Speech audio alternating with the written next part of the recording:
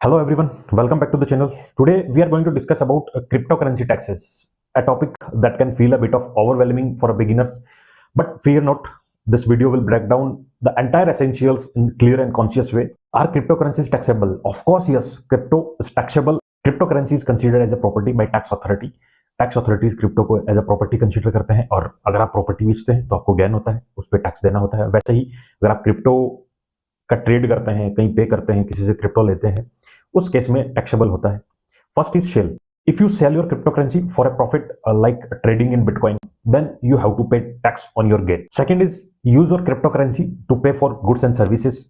Third is receiving crypto currency as a payment. आपने कुछ सामान किसी को बेचा, आपने क्रिप्टो करेंसी में वो ट्रांजेक्शन किया है, आपने कैश नहीं लिया है, कोई भी अमाउंट नहीं लिया है, लेकिन क्रिप्टो ले ली है, कोई ना कोई करेंसी क्रिप्टो की ले ली है, वो टैक्सेबल होगी। Understanding capital gain. When you sell your crypto for a profit, you have incurred a capital gain. The tax rate you pay on these gains depends on two thing. आपने crypto में trade किया है, वो दो चीजों पर depend करता है कि आपकी टैक्स रेट क्या रहेगी। First is holding period. आपने जो क्रिप्टो खरीदी थी उसे कितने टाइम तक होल्ड किया है, उसके बाद सेल किया है वो। And second is your income tax bracket. It varies country to country, आप कौन सी कंट्री में रह रहे हो उसके अकॉर्डिंग टैक्स लगता है। फर्स्ट वाला जो है होल्डिंग पीरियड, होल्डिंग पीरियड वैसे ही वर्क करेगा जैसे आप शेयर्स वगैरह बेचते हैं, खरीदते हैं, या फिर और किसी तरह की प्रॉपर्टी खरीदते हैं, बेचते हैं। वहां दो तरह की आप टैक्स देख सकते हैं, शॉर्ट टर्म गेन और long term gain. Short term gain, आपने कोई क्रिप्टो करेंसी खरीदी है, उसे एक ईयर से कम टाइम तक होल्ड किया है, उसके बाद सेल कर दिया है, तो उससे जो गेन होगा वो शॉर्ट टर्म कैपिटल गेन होगा।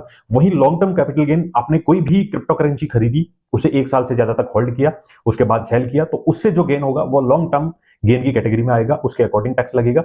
और हाँ, शॉर्ट टर्म कैपिटल गेन में जो टैक्स लगता है वो जो टैक्स स्लेब है उसके अकॉर्डिंग लगता है। वहीं लॉन्ग टर्म कैपिटल गेन में जो टैक्स लगता है वो लोअर होता है शॉर्ट टर्म कैपिटल गेन से। Some additional taxable events, like you receive a crypto as a gift, you don't have to pay the tax on that.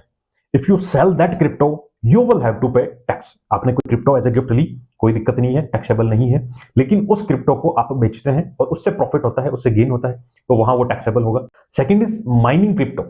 Mining नाम सुनते ही आता कि कोयल या गोल्ड की माइनिंग होती है, वही है, लेकिन यहाँ अलग है। माइनिंग क्रिप्टो मींस आप कोई पजल सॉल्व करते हैं, उसके बदले में आपको कोई बिटकॉइन मिलता है, आप कोई ब्लॉकचेन की वजह से बिटकॉइन बनाते हैं, या बिटकॉइन आपको किसी के थ्रू पेमेंट होता है, वहां उसे माइनिंग क्रिप्टो की कैटेगरी में रखा जाएगा।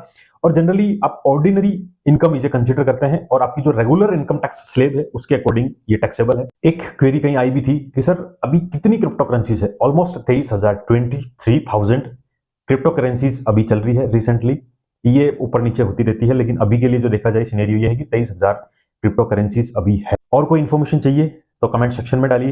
इनकम टैक्स से रिलेटेड काफी सारी इन्फॉर्मेशन मैंने मेरे चैनल पे प्रोवाइड की है, आप देख सकते हैं। चैनल को सब्सक्राइब कर सकते हैं, वीडियोस को शेयर कर सकते हैं।